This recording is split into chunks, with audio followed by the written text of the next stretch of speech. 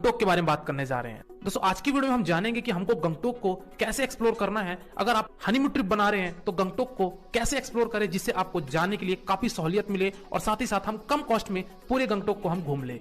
तो दोस्तों बने रहिए हमारी वीडियो में, एक एक करके सारी बातों को विस्तार पूर्वक समझते हैं, जिसमें हम जानेंगे कि हमको गंगटोक कैसे पहुंचना है, गंगटोक में हमको कहाँ रुकना है, गंगटोक में खाने पीने की क्या व्यवस्था है और गंगटोक में हमारा सबसे उचित और अच्छा समय कौन सा रहेगा विजिट करने के लिए। और साथ ही साथ ये भी जानेंगे कि गंगटोक में हम कितने दिन का स्टे बनाएं और हमारा कुल खर्चा कितना आ जाएगा, ताकि आप गंगटोक का एक कंफर्टेबल जर्नी कर पाए। सबसे पहली बात करते हैं दोस्तों कि हमको गंगटोक कैसे पहुंचना है। दोस्तों गंगटोक पहुंचने के आपके दो माध्यम है। पहले माध्यम की अगर मैं बात करूं वो है बाई ट्रेन। दोस्तों अगर आप ट्रेन से आना चाहते हैं तो आपका जो नियरेस्ट स्टेशन है वो है न्यू जलपाईगुड़ी। दोस्तों न्यू जलपाईगुड़ी से हम गंगटोक जाएंगे और न्यू जलपाईगुड़ी से गंगटोक की जो दूरी है वो आपकी 120 किलोमीटर की है। और दोस्तों ये जो 120 किलोमीटर की दूरी है ये आप तीन ऑप्शन से तय कर सकते हो। पहला ऑप्शन तो है दोस्तों आपका वहां पे टैक्सी। दोस्तों आप पूरी टैक्सी बुक कर सकते हैं और आप गंगटोक पहुंच सकते हैं। 120 किलोमीटर का दूरी आप लगभग 5 से 6 घंटे में तय कर लेंगे और जो टैक्सी वाला जो कॉस्ट लेगा पूरी टैक्सी को बुक करने का वो आपका 3500 से 4000 रुपए आपका रहेगा। तो अगर आप टैक्सी बुक करना चाहते हैं तो आप टैक्सी बुक करके गंगटोक पहुंच सकते हैं।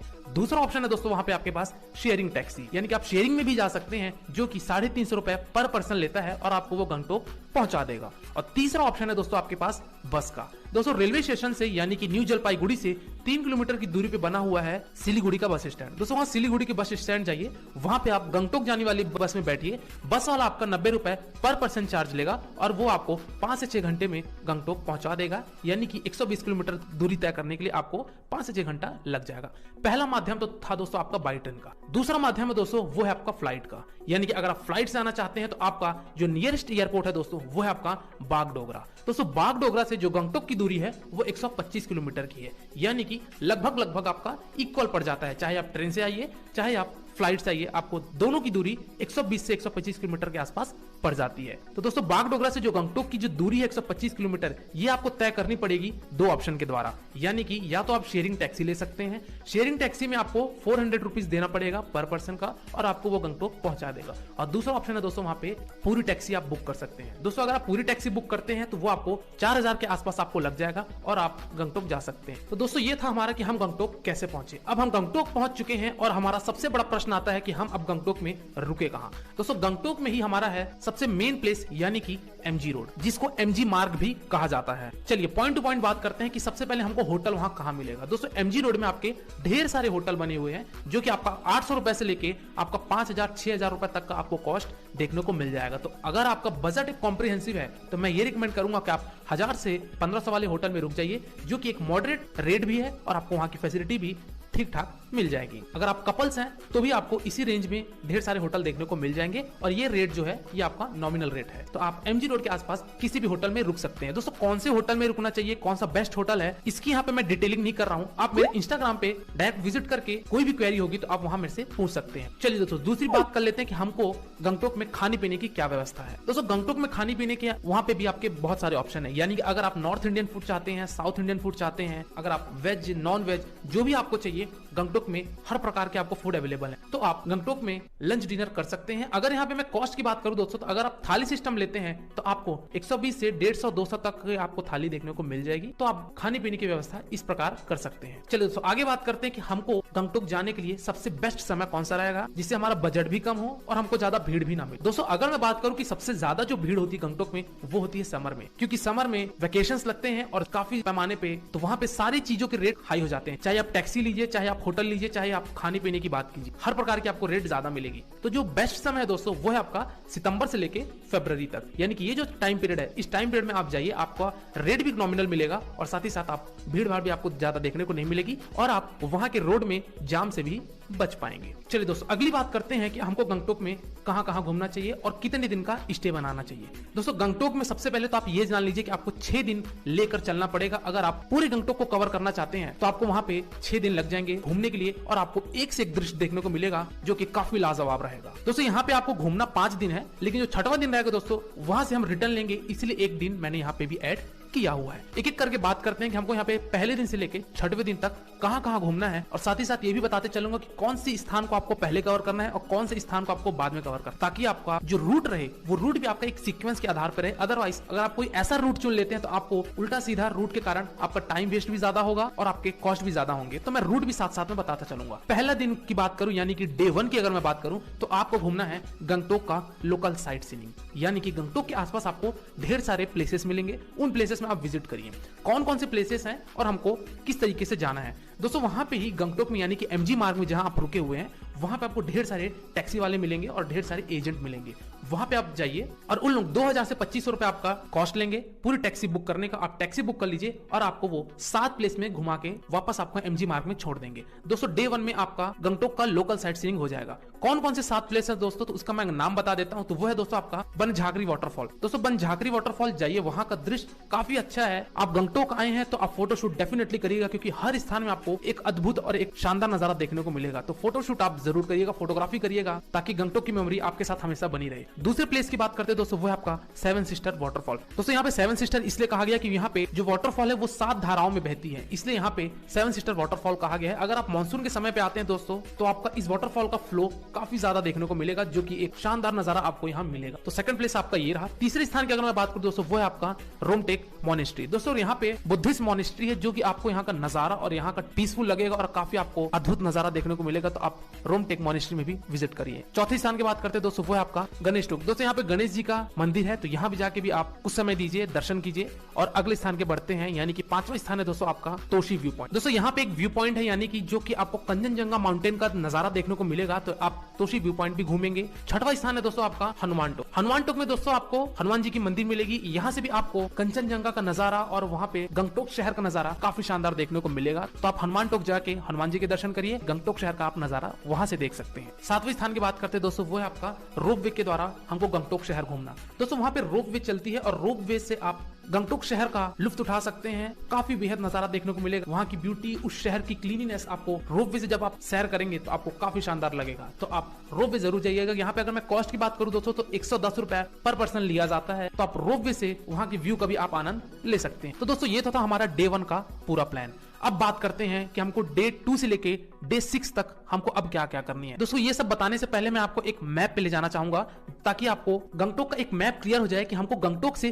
किस किस मार्ग पे क्या क्या चीजें हमको घूमनी है, ताकि आप अपने रूट का परफेक्ट प्लानिंग कर सके। दोस्तों ये आपका गंगटोक, जो कि अभी हमने गंगटोक में बताया कि 7 जगहों में आपको घूमना है। इन सारी जगह में हमने डे 1 पे घूम लिया। दूसरे दिन दोस्तों हमको जाना है नाथुला पास, जो कि आपका गंगटोक से 60 किलोमीटर की दूरी पे पड़ता है। दोस्तों नाथुला पास में आपको काफी शानदार नजारा देखने को मिलेगा। इंडिया और चाइना का बॉर्डर है, तो आप नाथुला पास में जाके फोटोग्राफी कराइए, वहां का सीन देखिए, वहां के व्यू पॉइंट्स देखिए और आप कुछ समय वहां व्यतीत करिए। दोस्तों नाथुला पास से ही 8 किलोमीटर की दूरी पे बना है एक बाबा हरभजन सिंह का मंदिर। दोस्तों आप वहां भी जाइए और बाबा हरभजन सिंह के भी दर्शन कीजिए। दोस्तों अगर आप नाथुला पास जाते हैं तो वहां से 20 किलोमीटर पहले आपका एक पड़ता है चंगू लेक। दोस्तों चंगू लेक यहाँ पे काफी अच्छा नजारा रहता है। यहाँ पे ग्लेशियर का यहाँ पे लेक है और यहाँ पे याक राइडिंग भी की जाती है। तो अगर आप याक राइडिंग करना चाहते हैं तो आप चंगू लेक में याक राइडिंग कर सकते हैं। चंगू लेक को ही दोस्तों हम सोमगो लेक भी कहते हैं और इसके 20 किलोमीटर बाद आपका पड़ता है नाथुला पास।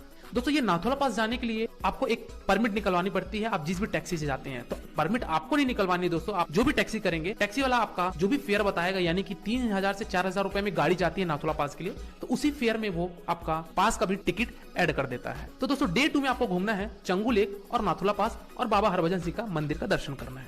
ये था आपका दूसरे दिन का। और तीसरे दिन हम बढ़ते हैं लाचुंग की तरफ। वापस मैप में आते हैं दोस्तों, यहाँ पे है आपका गंगटोक और यहाँ पे है आपका लाचुंग। दोस्तों लाचुंग और गंगटोक की जो दूरी है वो आपकी 120 किलोमीटर की पड़ती है। और दोस्तों ये गंगटोक से लेकर लाचुंग का जो समय लगेगा ये आपका 8 से 10 घंटे लग जाते हैं।